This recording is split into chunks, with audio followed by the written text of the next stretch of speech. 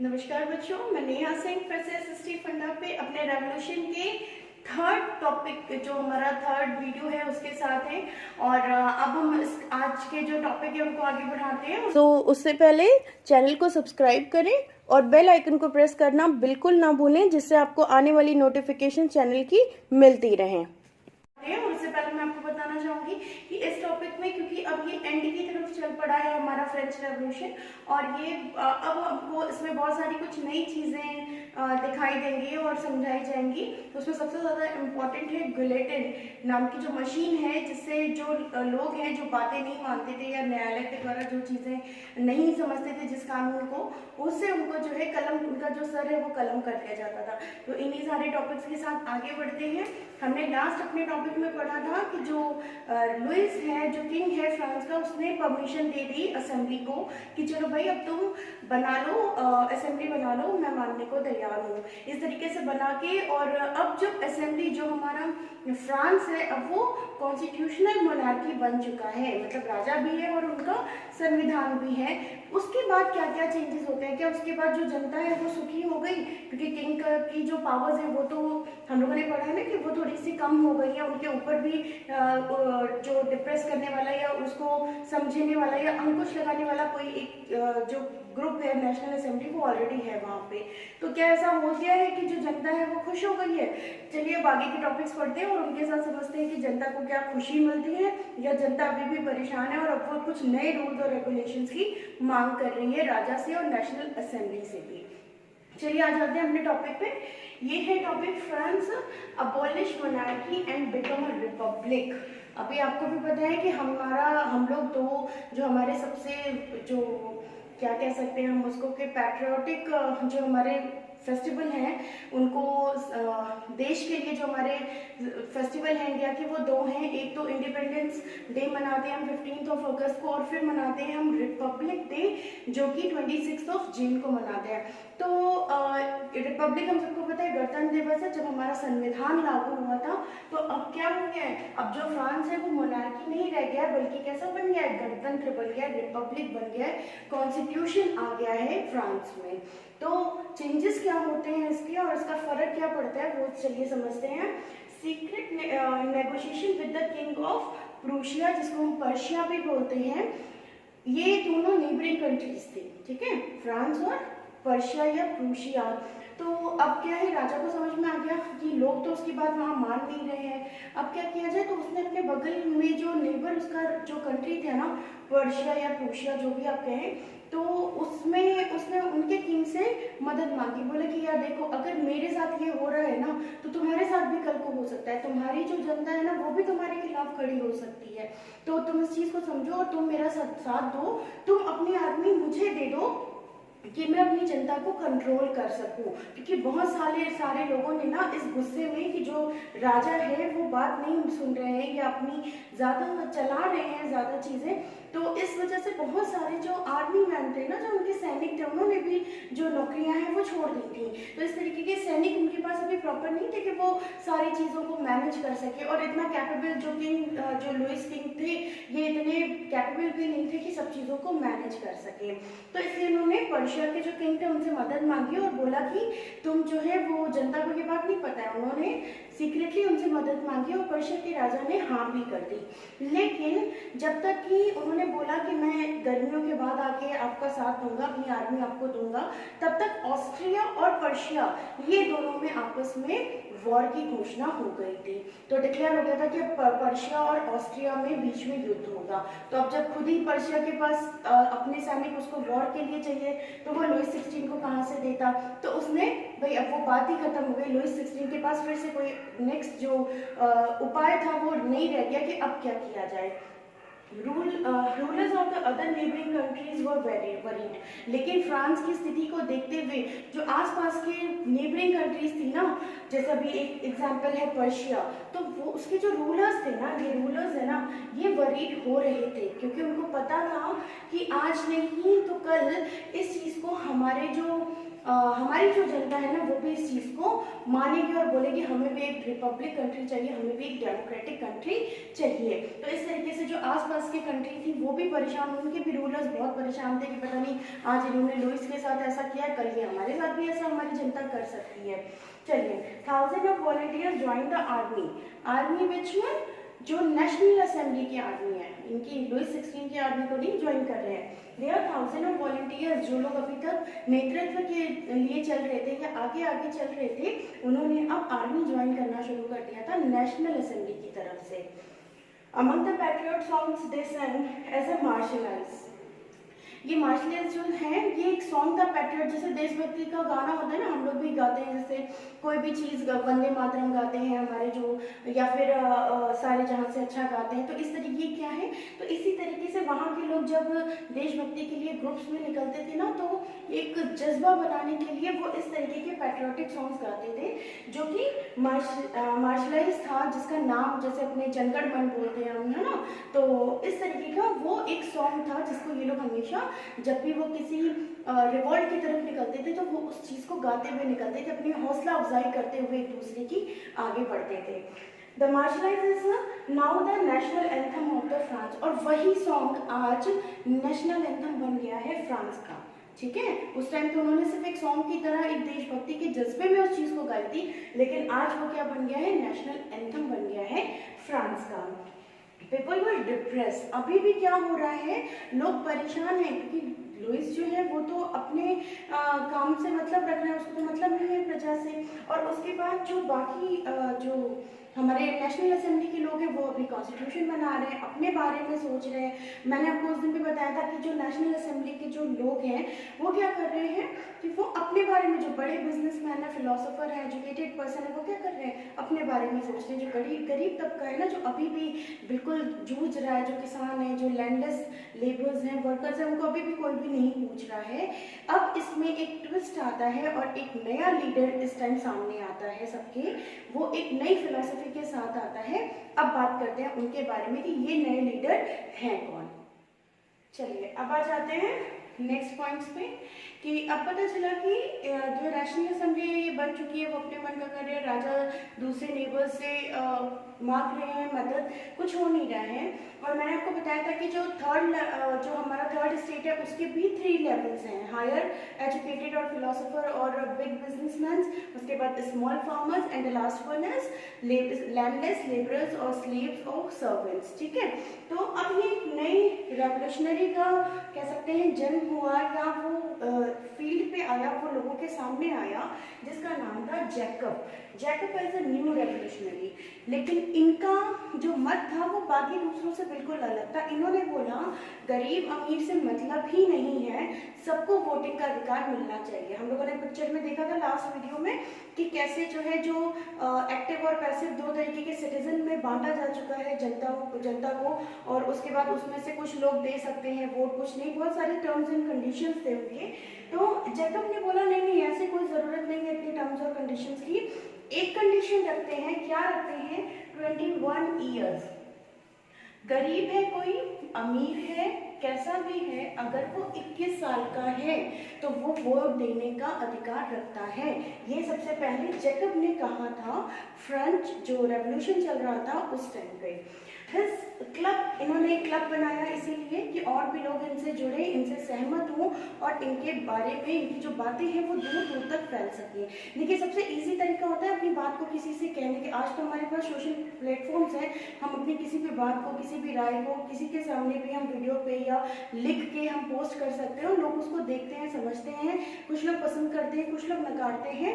ये आज का दौर है, लेकिन उस टाइम ऐसा कुछ भी नहीं था ना, कोई सोशल मीडिया नहीं था, बहुत ज़्यादा है तो न्यूज़पेपर्स थे, मैगजीन्स थे, बुक्स थे, लेकिन पढ़ने वाले लोग कम थे, एजुकेशन नहीं था। क्योंकि एजुकेटेड कौन था, जो फर्स्ट और सेकंड स्टेट के लोग हैं, अगर हम फ्रांस की बात करें तो। ठीक है, तो जो जैकब थे उन्होंने क्या किया, एक नया तरीका निकाला कि जो भी चीज़ें हमें समझ में आती है ना, जो चीज़ें हमें करनी है, उसको हम ड्रामा के थ्रू, प्ले के थ्रू, ठीक है, बोल बोल के हम लोगों को समझाने की कोशिश करें, जिससे जो अनपढ़ लोग हैं वो भी इनकी बातों को समझ सकें और इनके क्लब को ज्वाइन करें, जिसका नाम था जैकोबिन।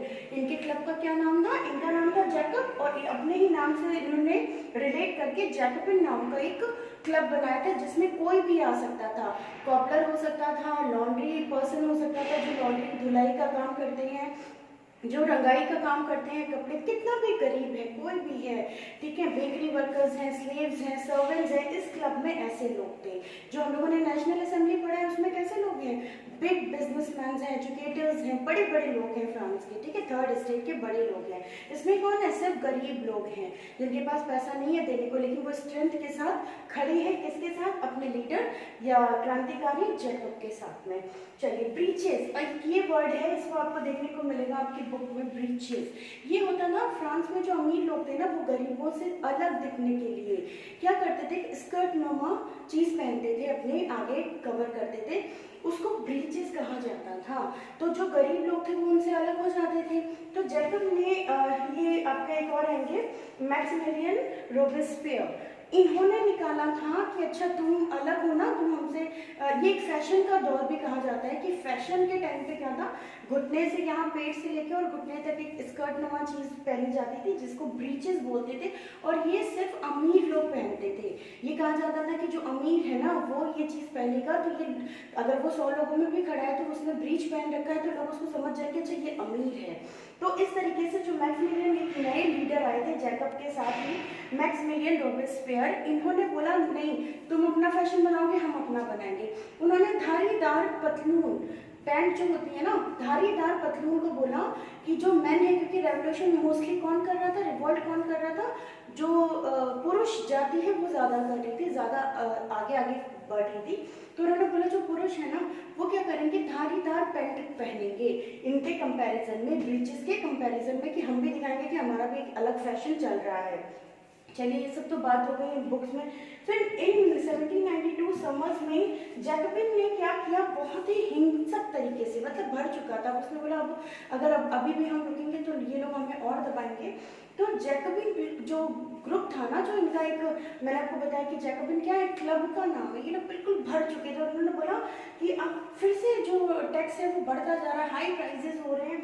इन्होंने क्या किया, अब जो वहाँ का किला था जो पास में, उस पे 10 अगस्त की मॉर्निंग में ही अटैक ऑन द ट्यूलिसिए, ट्यूलिसिए नाम का एक किला था, उस पे इन्होंने अटैक कर दिया।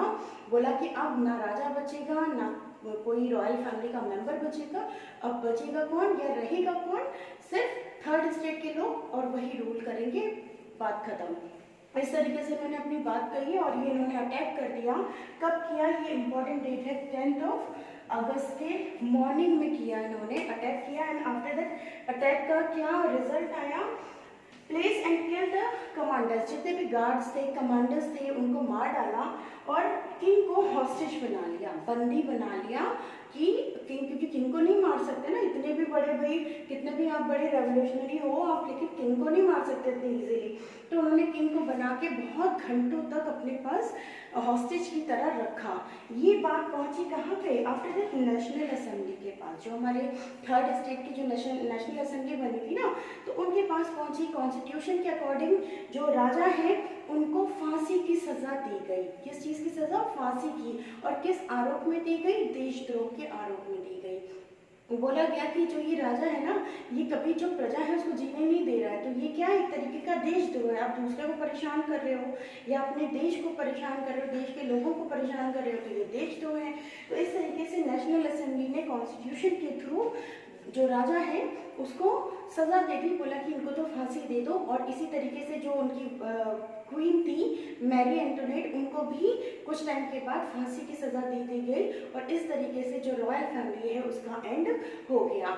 चलिए, अब इसके बाद पढ़ते हैं कि क्या जब रॉयल फैमिली खत्म हो गई उसके बाद क्या जो जनता है, जो आम जनता है, क्या उसके बाद वो काफी अच्छे से उसका जीवन हो गया? अभी इतना इजी नहीं था। अभी पढ़ते हैं आगे और समझते हैं कि अब क्या प्रॉब्लम्स आई थी फ्रेंच रेवोल्यूशन के बाद में। चलिए, अब कुछ डेट्स हैं, ये अलग से मैंने इसलिए राइट डाउन किया कि आपको याद हो जाए। The newly elected assembly was called as a convention. ये वो असेंबली है जो अब जैकब के थ्रू बनी है ना। पहले तो जो बनी थी वो किसी पर्टिकुलर नेम के थ्रू नहीं बनी थी, वो कुछ लोगों ने ओथ ले ली थी कि नेशनल असेंबली बनाएंगे, कॉन्स्टिट्यूशन बनाएंगे। अब किसने बनाई है, एक नई असेंबली बनी जिसका नाम है कन्वेंशन। ठीक है, इसका नाम बहुत पूछा जाता है कि कन्वेंशन है क्या, तो एक ये न्यू इलेक्टेड असेंबली बनाई गई है आफ्टर द नेशनल असेंबली। 21 सितंबर 1792 इम्पॉर्टेंट डेट है ये दोनों ही। तो 21 सितंबर 1792 में मोनार्की वॉज अबॉलिश, पूरी तरीके से खत्म कर दिया गया और डिक्लेयर किया गया कि as a republic country. Which country? France. 21 Jan 1793। After that in place de la Concorde, ये जगह का नाम है फ्रांस में जहाँ पे जो किंग लुइस है ना, किंग लुइस 16 इनको फांसी दे दी गई और एक तरीके से जो मोनार्की सिस्टम है वो पूरी तरीके से खत्म कर दिया गया। अब बारी आती है कि जो नेशनल असेंबली है या जो कन्वेंशन असेंबली है, अब ये किस तरीके से अपने फ्रांस को डेवलप करते हैं और किस तरीके से जो रूलिंग है वो चलाते हैं, क्योंकि अब सत्ता किसके पास आ गई है? फर्स्ट स्टेट सेकंड स्टेट तो खत्म किया जा चुका है बाय द जैकोबिन, जो रेवोल्यूशनरीज थे उनके थ्रू जो क्लब था। अब बात आ गई है थर्ड स्टेट के हाथ में। अब पूरी सत्ता इस टाइम किसके हाथ में है? थर्ड स्टेट के हाथ में है। तो अब देखते हैं भाई ये जो थर्ड स्टेट वाले हैं ये क्या नई चीजें करते हैं। तो let's start with the third state. चलिए अब आ जाते हैं नेक्स्ट टॉपिक पे, द रीजन ऑफ टेरर, आतंक का राज। राजा को मार दिया गया हिंसक तरीके से, उनकी जो क्वीन है उनको भी मार दिया, जो गार्ड्स हैं आर्मी है उनको भी खत्म कर दिया थर्ड स्टेट के लोगों ने। अब मैंने आपको बताया था अभी कि Jacob and the Maximilien Robespierre, ये दो नए लीडर उभरे थे उस टाइम पे। तो इन्होंने इस टाइम अब काम किसका चल रहा है? रोबेस्पियर का। ओके, तो 1793 और 1794 के बीच का टाइम जो है वो रीजन ऑफ टेरर के नाम से जाना जाता है, आतंक का राज। मतलब कोई किसी पे अंकुश लगाने वाला नहीं है। लुइस तो फिर भी एक तरीके से सिर्फ टैक्सेस बढ़ा रहा था, जबकि जो रोबेस्पियर आए थे, ये नए क्रांतिकारी आए थे और अब जाके लीडर बन चुके थे अब तक। तो इन्होंने एक नया तरीका निकाला था कि इतने स्ट्रिक्ट रूल बनाए थे अपने रीजन के लिए कि कोई भी चाहे वो उनकी पार्टी का ही क्यों ना हो, कोई पर्सन या दूसरी पार्टी को हो, अगर वो किसी भी तरीके से कल्प्रिट है या दोषी है या किसी ने उसके ऊपर इल्जाम लगाया तो बड़ी स्ट्रिक्ट रूल उन्होंने बना रखे थे। चलिए पढ़ते हैं। Robespierre was strict with the laws, nobles was enemy. Robespierre का मानना था कि नोबल्स ने हमें बहुत परेशान किया है और थर्ड स्टेट का अगर कोई दुश्मन है, गरीबों का अगर कोई दुश्मन है तो वो सिर्फ जो नोबल्स हैं, जो राजशाही परिवार के लोग हैं वही हो सकते हैं। वो बहुत ज़्यादा अगेंस्ट था नोबल्स के और जो क्लर्जीज हैं उनके। So if someone found as a culprit were arrested, imprisoned, they were guillotined। ये एक तरीके का डिवाइस है, मशीन है गिलोटाइंड।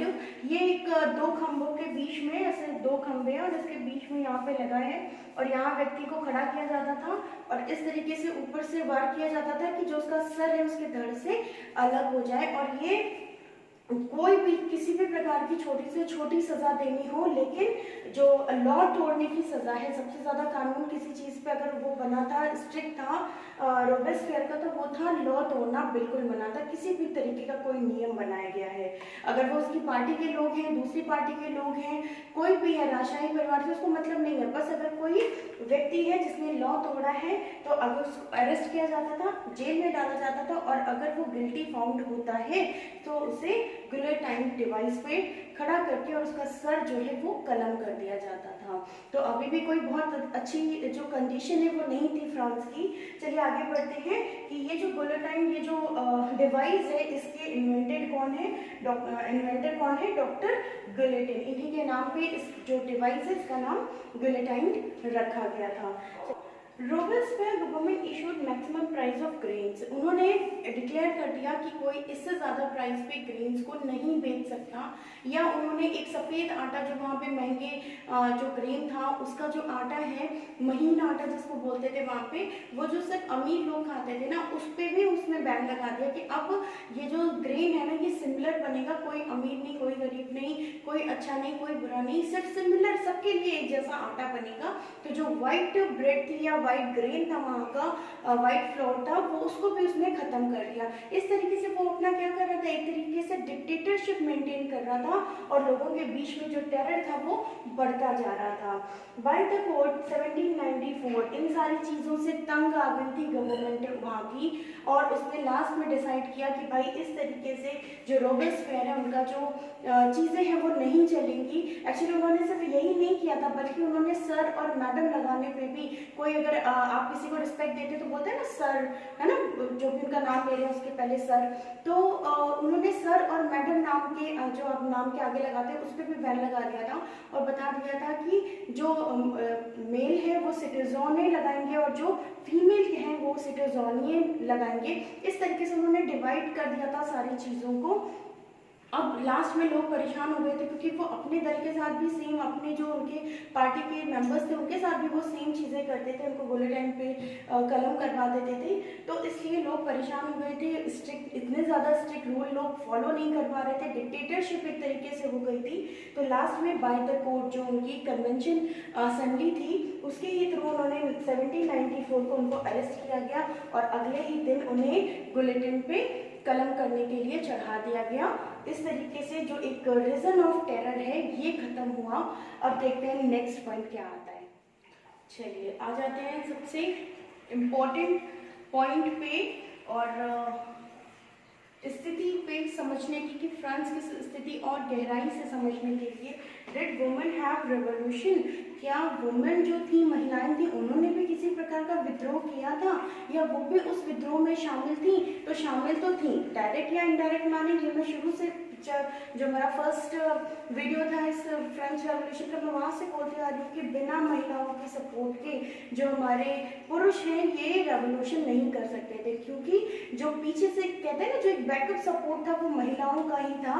तो देखते हैं कि अब फ्री हो चुके हैं, अब हमारा जो रोबोस्फेयर है उनसे भी हम फ्री हो चुके हैं और एक ये कॉमन, अब ये जो फ्रेंच जो है वो रिपब्लिक नेशन है या कंट्री है वो अब स्मूथली रन कर रहा है। लेकिन अभी भी कुछ परेशानियां हैं, क्योंकि अब क्या है, अब सबको अपना हक चाहिए, सबको अपना राइट चाहिए।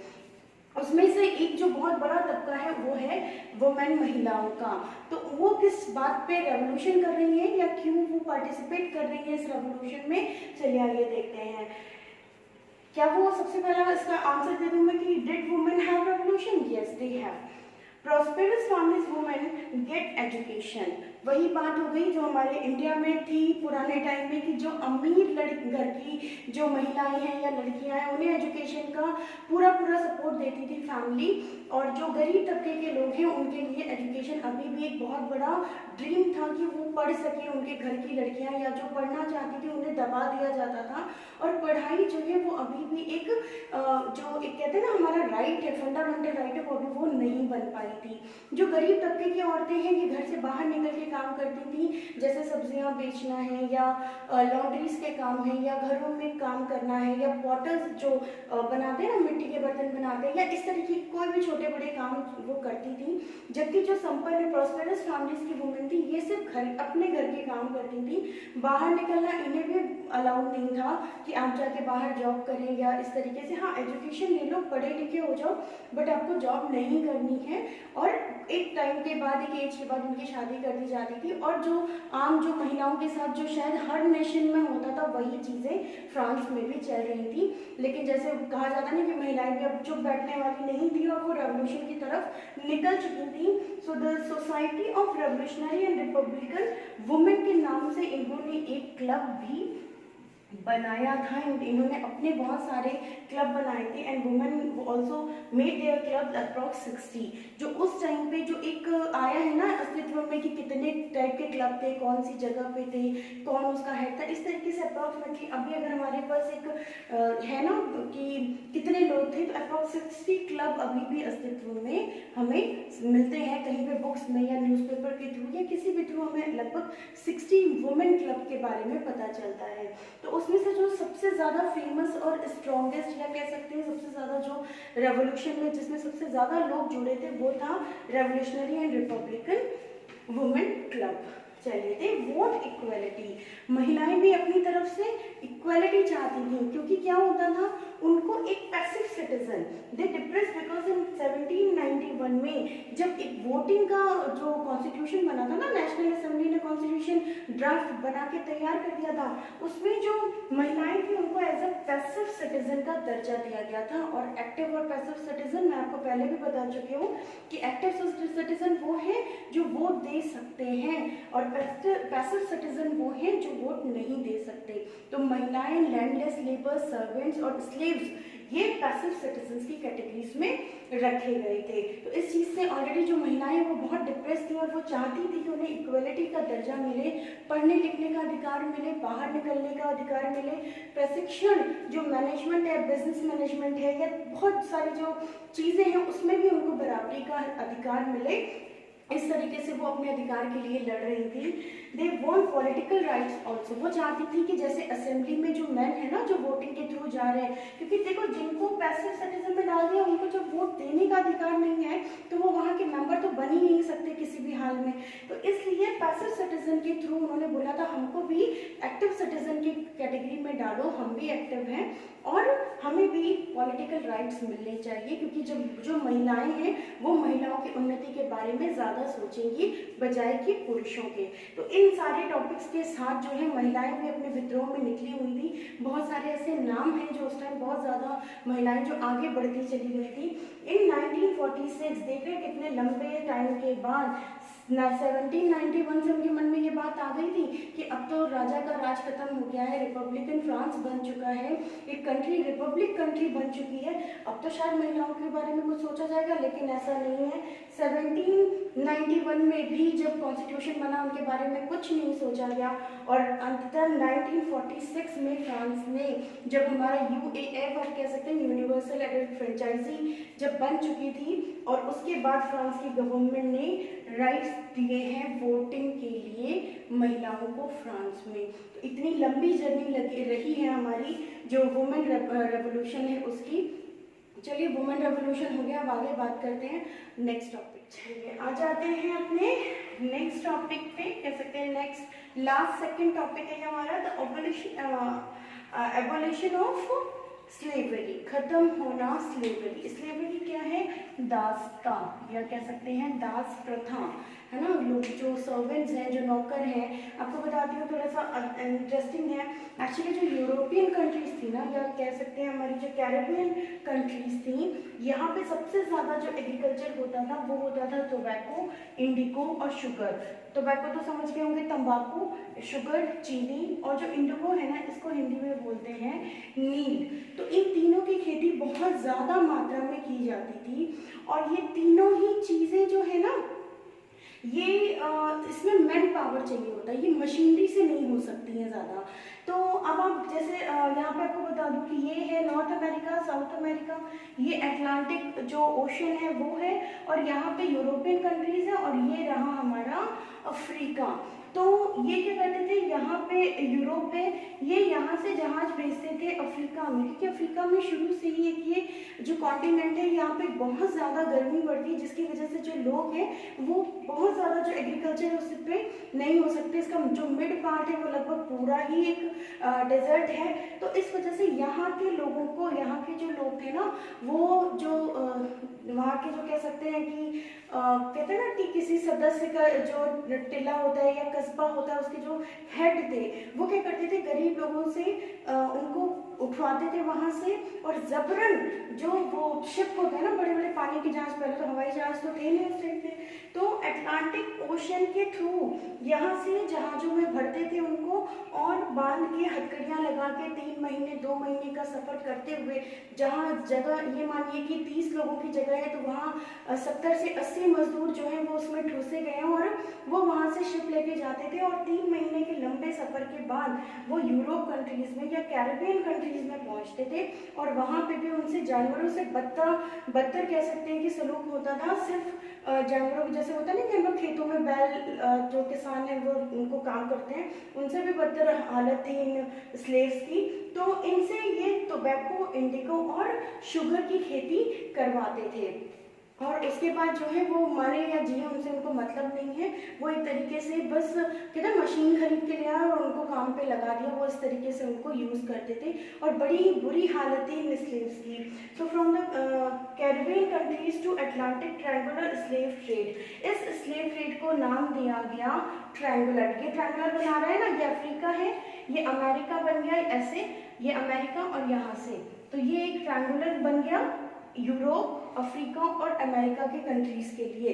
इसलिए इसको एक ट्रायंगुलर स्लेव ट्रेड भी बोल देते हैं, क्योंकि यहाँ पे सिर्फ जो दास है उनको खरीदा और बेचा जा रहा है, कोई सामान नहीं है बल्कि जो इंसान है उनको बेचा और खरीदा जा रहा है। तो स्टार्टेड इन 17th सेंचुरी, और ये जो दास प्रथा है या जो स्लेवरी सिस्टम है ये 17th सेंचुरी में स्टार्ट कर दी गई थी या हो गई थी। Finally in the 1794 convention assembly जब आई, नेशनल असेंबली खत्म हुई, कन्वेंशन असेंबली आई, जब रोबेस्पियर आया, so declare all slaves were free. उसने बोला, क्योंकि वो इस पक्ष में था ना कि सबको अधिकार मिले, तो इसलिए उसने क्या किया, बोला कि कोई दास नहीं है, सबको फ्री करो, जो जहाँ से आया है यूरोप से, यूरोप का दास है या अफ्रीका का है, अमेरिका का, उसको वहाँ भेज दो, हमारे यहाँ कोई दास नहीं रहेगा।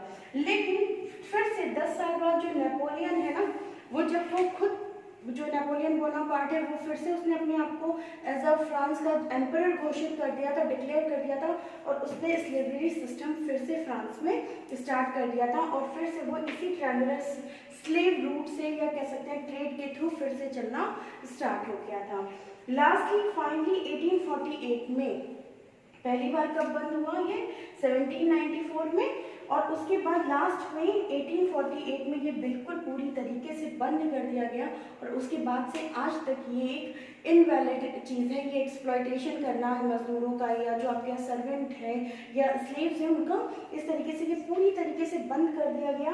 French colonies ended the slavery system, इन्होंने पूरी तरीके से इसको एबॉलिश कर दिया और सबको बराबर का हक दिया, और बोला कि अब जो है वो हर कोई वोटिंग करेगा, कोई किसी को खरीद या बेच नहीं सकता है। चलिए आ जाते हैं अपने नेक्स्ट टॉपिक पे, कौन सा है, entry of Napoleon Bonaparte. Napoleon Bonaparte की एंट्री होती है अब हमारे फ्रांस में, और देखते हैं उसके बाद क्या। इतने लंबे टॉपिक के बाद, इतने सारे टॉपिक के बाद हम आ गए अपने कंक्लूजन पे, जो हमारा सारांश है पूरे फ्रांस रेवोल्यूशन का, फ्रेंच रेवोल्यूशन का, उस टॉपिक पे आ गया। उसके पहले आपको बता दूं कि जो फ्रेंच जो लोग थे ना, जो अभी भी जो कन्वेंशन असेंबली के लोग थे अभी, इन लोगों ने अब क्या किया था, एक सिमिलर स्मूथ जो असेंबली है उसके थ्रू जो नेशन है उसको एक रिपब्लिकन कंट्री की तरह चलाना शुरू कर दिया था। लोगों को आज़ादी मिल गई थी कि वो न्यूज़पेपर पढ़ सकते हैं, लिख सकते हैं, एजुकेशन के लिए, चाहे वो महिलाएं हों या जो दूसरे तबके के लोग हों, स्लेव्स हों या सर्वेंट्स हों, उनको भी कुछ जो पार्ट है उनको छूट दी गई थी कि आप ये चीज़ें कर सकते हैं, जो पहले बहुत स्ट्रिक्टली मना था। और इस तरीके से लोग ड्रामा या प्ले में लोगों को छूट दी गई, जैसे डेमोक्रेटिक कंट्री में होता है ना कि आप किसी के लिए भी कुछ चीज़ें कह सकते हैं, या अपने जो आपके व्यक्तिगत जो पर्सनल थॉट्स हैं, आइडियाज़ हैं, वो आप रिप्रेजेंट कर सकते हैं किसी के भी सामने। तो इस तरीके की सारी चीज़ें उनको बोली गई कि भाई अब आप ये सारी चीज़ें कर सकते हैं, अब आपको ऊपर अंकुश लगाने वाला कोई नहीं है। वोटिंग सिस्टम अब चला दिया गया था, और as a republican country France चल चुका था, अग्रसर हो चुका था आगे की तरफ। कंक्लूजन आ जाते हैं हमारे नेक्स्ट और लास्ट टॉपिक की तरफ। 1814 का टाइम है, 1804 ईयर है, और Napoleon declared himself as an emperor of France. अब एक ये नेपोलियन आ गए हैं और इन्होंने अपने आप को फ्रांस का एम्परर, सम्राट घोषित कर दिया है कि अभी ये कुछ डेमोक्रेटिक नहीं है, रिपब्लिकन नहीं है, अब नेपोलियन बोनापार्ट जो है वो एम्परर है फ्रांस के। ठीक है, इस चीज को आगे बढ़ाते हुए उन्होंने he started the travelling with the neighbouring countries of Europe. उन्होंने यूरोप की जो आसपास की कंट्रीज थी फ्रांस की, वहां पे उन्होंने यात्रा करना शुरू किया, लोगों से युद्ध किया आसपास के राजाओं से, और उनको जीतना शुरू करके और अपने जो राज्य है उसमें मिलाता चला गया। Napoleon declared as a moderniser of Europe, आधुनिक करता, अपने आप को मॉडर्नाइजर के थ्रू उसने डिक्लेयर किया कि मैं जो हूँ मैं बहुत आधुनिक तौर पे सोचता हूँ, और जो आपका जो प्रमोशन है, तरक्की है, जो या आप आगे बढ़ रहे हैं ना, इसके लिए मैं सबसे ज़्यादा कैपेबल पर्सन हूँ आपको आधुनिकरण के जो रूप है उसके आगे ले जाने के लिए। तो एज अ मॉडर्नाइजर उसने अपने आप को खुद, कोई उसको नहीं कह रहा है, वो खुद को ही अपने आप को ही ये सारी चीज़ें डिक्लेयर कर रहा है। अपने एम्परर भी खुद को बना रहा है, मॉडर्नाइजेशन भी अपने आप को खुद ही बना रहा है। He made laws and private property, कुछ चीज़ें उन्होंने अच्छी भी करी, जैसे उन्होंने प्राइवेट प्रॉपर्टी के लिए लॉ बनाया कि अगर किसी व्यक्ति ने उसकी कोई प्रॉपर्टी है, फेडरल सिस्टम खत्म कर हो गया लगभग पूरी तरीके से और प्राइवेट प्रॉपर्टी को लेके चीज़ें बनने लगी, उसके ऊपर टैक्स लगाता था और लोगों को पे करना होता था। ही प्रोवाइडेड डेसिमल सिस्टम, नाप तौल की, जैसे आप जो एग्रीकल्चर का सामान है वो बेचा और खरीदा जा रहा है ना, तो उसमें पॉइंट का जो डेसिमल का फ्रैक्शन है, वो जो फंक्शन है, वो नेपोलियन ही पहली बार उन्होंने जो प्रोवाइड कराया था फ्रांस में, वो नेपोलियन थे डेसिमल सिस्टम को प्रोवाइड कराने वाले।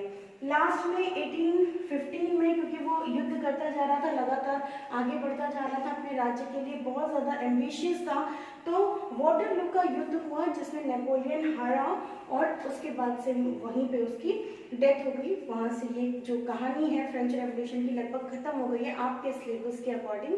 और ये सारी चीज़ें आई होप आपको समझ में आई होंगी। बहुत लेंथी चैप्टर था और हिस्ट्री से रिलेटेड है, लेकिन आप इसको इंटरेस्ट लेके पढ़ेंगे तो ज़रूर समझ में आएगा।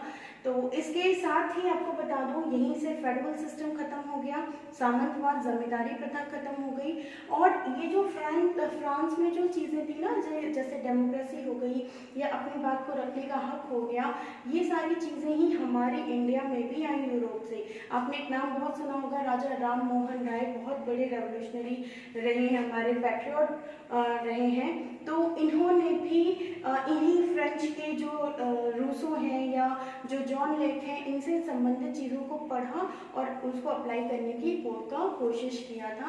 टीपू सुल्तान भी आपने नाम सुना होगा, उन्होंने भी नेपोलियन से बहुत सारी चीज़ें उन्होंने अपने बुक्स में या चीज़ों में बताया कि उन्होंने उनसे भी बहुत कुछ सीखा है। तो चलिए इसी सीखने सिखाने के साथ में आगे बढ़ते हैं और अब नेक्स्ट चैप्टर में, नेक्स्ट वीडियो में मिलते हैं। धन्यवाद, नमस्कार।